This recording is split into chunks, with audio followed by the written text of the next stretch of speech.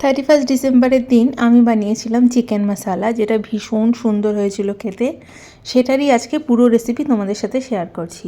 প্রথমে এতগুলো মশলাকে এক জায়গায় নিয়ে নেবে, যেখানে 1 চামচ জিরে, 1 চামচ মৌরি, অল্প একটুখানি জায়ফল, জয়িত্রী, গোলমরিচ, লবঙ্গ, শুকনো লঙ্কা, তার সাথে দারচিনি, ছোটো এলাচ, বড় এলাচ সমস্ত কিছু নিয়ে মিক্সিতে ভালো মতন গুঁড়িয়ে নেবে। অন্যদিকে একটা পেস্ট তৈরি করব, যেখানে রসুন, আদা আর থাকবে লঙ্কার পরিমাণটা তোমরা তোমাদের আন্দাজ অনুযায়ী দিবে। সেই মশলাটাও সাইডে আর একটা মিক্সিতে পেস্ট করে রেখে দেবো। এবার আমি পেঁয়াজের যেহেতু বেরেস্তা বানাবো, তাই পেঁয়াজগুলো একদম পাতলা পাতলা করে সেই কেটে নিতে হবে। যতটা পাতলা সম্ভব ততটা পাতলা করে কেটে নেবে। চিকেন দিয়ে কিন্তু আমরা প্রচুর ধরনের রেসিপি খেতে পছন্দ করি, আর চিকেনের নানান রেসিপি ভালোও লাগে খেতে।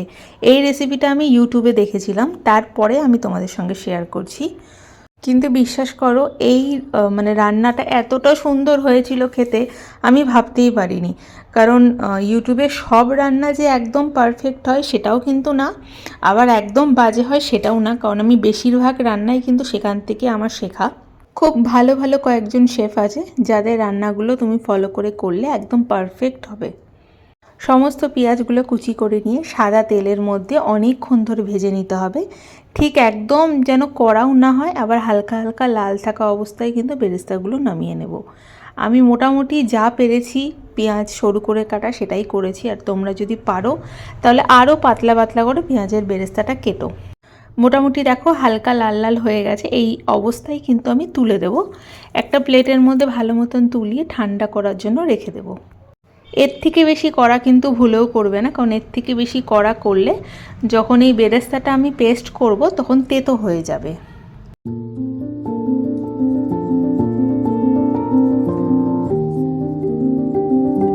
সমস্ত বেরেস্তা ভালো মতন মোটামুটি আমি তুলে নিয়েছি। কয়েকটা পেঁয়াজের দানা থাকলে অসুবিধা নেই। তার মধ্যে বড় করে কেটে নিয়েছিলাম আলু, সেটা দিয়ে পরিমাণ মতো নুন আর হলুদ দিয়ে মোটামুটি ধরে নাও 3-4 মিনিট ভেজে নেব। খুব একদম লাল করে ভাজবো না, হালকা একটু কালার চলে আসা পর্যন্ত ভেজে নিতে হবে।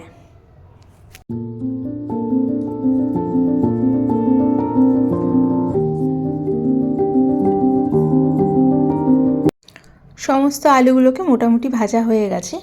এবার আমি আগের থেকে ম্যারিনেট করে রেখেছিলাম চিকেনটাকে, যেটাতে পরিমাণ মতো নুন, হলুদ গুঁড়ো, কাশ্মীরি লঙ্কা গুঁড়ো আর বেশ খানিকটা সাদা তেল দিয়ে ভালো মতো ম্যারিনেট করে মোটামুটি ধরে নাও 2 ঘন্টার জন্য রেখেছিলাম। এবার আলুটা যে ভাজা হচ্ছিল সেই আলুটার মধ্যেই এই চিকেনটা গোটাটা দিয়ে দেবে।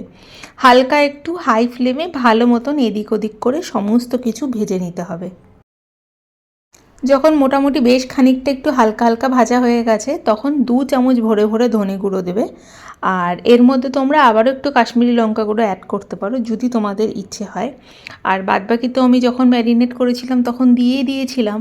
আর তোমরা যদি ম্যারিনেট না করে থাকো চিকেনটা, তাহলে এখনই হলুদ, নুন, কাশ্মীরি লঙ্কা গুঁড়ো সমস্ত কিছু দিয়ে দেবে।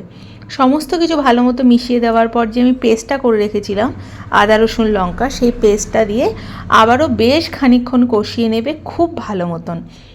মাথায় রাখবে হাই ফ্লেমে কষাবে, আর কন্টিনিউ কিন্তু নাড়াতে হবে, যেন এই অবস্থায় জলটা ছেড়ে না যায়।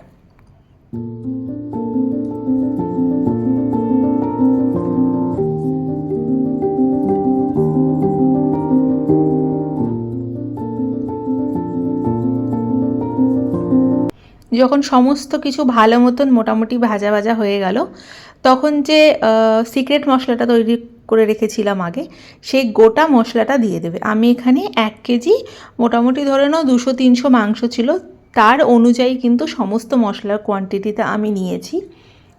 তোমাদের কাছে যদি মাংস কম থাকে তাহলে তোমরা কম নেবে, আর তোমাদের কাছে যদি এর থেকেও বেশি কোয়ান্টিটির মাংস থাকে তাহলে তোমরা সমস্ত পরিমাণ কিন্তু বাড়িয়ে নেবে।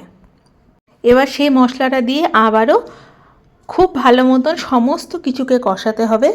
কষিয়ে কষিয়ে যখন দেখবে সমস্ত মাংসের গায়ে মশলাটা, বা ধরে নাও আগে যে মশলা দিয়েছি সেটা ভালো মতন কোটিং হয়ে গেছে, তখন ঢাকা দিয়ে কম আঁচে রেখে দেবে। এবার অন্যদিকে যে পেঁয়াজের বেরেস্তাটা করে রেখেছিলাম সেই বেরেস্তাটা নেব, কারণ ঠান্ডা হয়ে গেছে। এর মধ্যে একটা গোটা টমেটো ছোট ছোট করে কেটে দিয়ে ভালো মতো মিক্সিতে ব্লেন্ড করে নিতে হবে। এবার সেই মাংসের থেকে দেখবে বেশ খানিকটা জল ছেড়ে দিয়েছে, যখন আমরা কম আঁচে রান্না করেছিলাম তখন। ঢাকনাটা খুলে সেই যে পেঁয়াজের বেরেস্তাটা দিয়েছিলাম, সেটা যে বাটাটা ছিল সেটা ব্যবহার করব এখনই। এবার সমস্ত কিছু আবারও বেশ খানিকক্ষণ কষিয়ে নিয়ে আবারও কিন্তু অনেকক্ষণের জন্য ঢাকা দিয়ে রেখে দেবো। কম আঁচে কিন্তু ঢাকা দিয়ে রাখবে, এইভাবেই কিন্তু গোটা মাংসটা অল্প অল্প করে সেদ্ধ হতে থাকবে।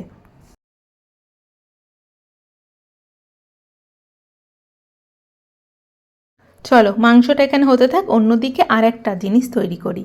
বেশ খানিকটা দই নিয়েছি, তার মধ্যে চিনি দিয়ে ভালো মতন ফেটিয়ে নিয়ে কম আঁচ করে বা আঁচটা বন্ধ করে কিন্তু দইটা দিতে হবে, না হলে কিন্তু ছানাটা কেটে যাওয়ার সম্ভাবনা থাকে। এবার দইটা দিয়ে খুব ভালো মতন আবারও মিশিয়ে আবারও আমি ঢাকা দিয়ে রেখে দেবো। যত ঢাকা দিয়ে দিয়ে দিয়ে দিয়ে স্লো কুকিংয়ে রান্না করবে লাস্টের দিকটা, তত খেতে সুস্বাদু হবে, ততটাই টেস্টি হবে খেতে। এই রান্নাটা আমরা খেয়েছিলাম ভাত দিয়ে, কিন্তু বিশ্বাস করো এই রান্নাটা পোলাও, ফ্রাইড রাইস বা তোমরা রুটি জাতীয় জিনিস যেরকম নান, তন্দুরি রুটি, পরোটা, এই সব কিছুর সাথে অপূর্ব সুন্দর লাগবে খেতে। কিন্তু ঝোল রাখলে কিন্তু চলবে না, ঝোলটা বেশ অনেকখানি কমিয়ে দিতে হবে। আমি বেশ খানিকটা গরম জল দিয়েছিলাম, একটু ঝোলঝোলা রাখবো যেহেতু আমি ভাত দিয়ে খাবো তার জন্য। আর আলুগুলোকে হালকা একটু সেদ্ধ করা বাকি আছে তার জন্য। ওপর থেকে কয়েকটা লঙ্কা দিয়েছি, তোমরা এটা টোটালি অপশনাল, তোমরা যদি পছন্দ না করো তাহলে দেবে না। অন্যদিকে গরম গরম ভাতও তৈরি। 31 ডিসেম্বরে ইচ্ছে ছিল রাত্রি 12টার সময় কর্তাগিন্নি দুজন মিলে এই খাবারটা খাবো, সেটাই খেয়েছিলাম। কেমন লাগলো রেসিপিটা অবশ্যই জানিও, আর বাড়িতে একদিন এইভাবে বানিয়ে ট্রাই করো।